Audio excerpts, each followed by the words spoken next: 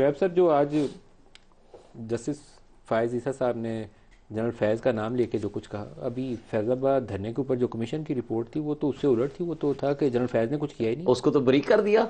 وہ تو اس کا مطلب ہے ججمنٹ کو تو ایک کمیشن نے نلیفائی کر دیا. تو آج جج صاحب چیف تو جسٹس آف پاکستان حیثیت ختم ہو گئی. تو چیف جسٹس آف پاکستان نے تو کہا میں نے انہیں ذمہ دار ٹھہرایا تھا. ذمہ دار ٹھہرایا نا. مجھے بتائیں تو پھر تو ججمنٹ غلط ہو گئی یا کمیشن غلط ہو گیا؟ یا کمیشن غلط ہے. بالکل آپ نے خوبصورت پوائنٹ آؤٹ کیا. یا کمیشن غلط ہے یا وہ ججمنٹ غلط ہے. اگر ججمنٹ درست ہے تو پھر کمیشن آپ کی رپورٹ آپ کے سامنے آ چکی ہے. ججمنٹ تو ان دی فیلڈ ہے، اس کے اوپر کوئی ریویو ایشو بھی اب ختم ہو گئے ہیں. پھر کوئی ایگزیکٹو آرڈر کے ذریعے ججمنٹ تو نلیفائی نہیں کر سکتے. تو آپ کے پاس کمیشن کی رپورٹ آ چکی ہے، ٹھیک ہے. سپریم کورٹ کے پاس تو جمع کرائی گئی ہوگی کیونکہ سپریم کورٹ کی ججمنٹ کی روشنی میں بنائی گئی اور ان کو کہا گیا کہ جی ہم ابھی کر رہے ہیں. کیا سپریم کورٹ آج کنٹمپٹ نوٹس جاری کر کے اس ایشو کو ریزالو؟ میں آپ کو ایک بات بتاؤں، اب انہوں نے اس کو کسی اور اینگل سے اس کو سزا دینے کا ارادہ ہوگا اسٹیبلشمنٹ کا. کیوں؟ وجہ یہ ہے کہ اگر ایک دن کوئی ایک جرنیل اس بات پہ بے شک سابق صحیح فارغ ہوا کہ اس نے سیاست میں مداخلت کی ہے، پولیٹیکل انجینئرنگ کی تھی، پولیٹیکل انجینئرنگ کی، اگر اس بنا پہ سزا ہوئی تو پھر آئندہ کے لیے بھی رستہ آئندہ کے لیے رستہ کھلے گا.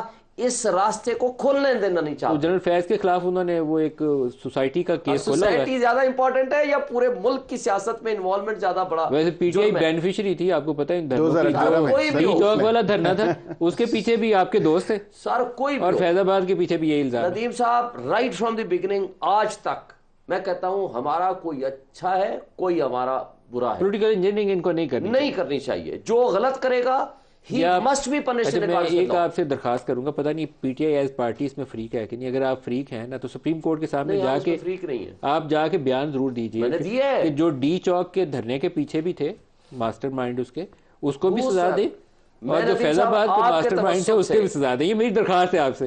ندیم صاحب آپ کے توسط سے ذمہ داری سے میں یہ بات آپ سے کہہ رہا ہوں، جس نے جب پولیٹیکل انجینئرنگ میں کوئی ڈرٹی رول ادا کیا ہے whosoever میں بھی he must be punished in accordance with law and the constitution.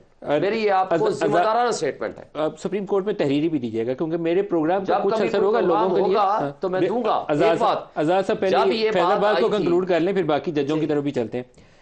فیض آباد ایک ایسا ایشو ہے جیسے ڈی چوک والا ایشو ہے، مطلب ایک اوپن سیکرٹ ہے، ایوری ون نوز اٹ کہ اس کے پیچھے کون تھا، لیکن نہ کمیشن کو ابھی تک پتہ نہیں چلا. فائز عیسیٰ نے ججمنٹ دی تھی اور اس کے بعد جو کچھ ان کی اہلیہ کے ساتھ، جو کچھ ان کے ٹیکس کے معاملات کے ساتھ جو کچھ ان کو کیا گیا، وہ بھی ایک پی ٹی آئی کی حکومت نے ان کے خلاف ریفرنس فائل کیا تھا.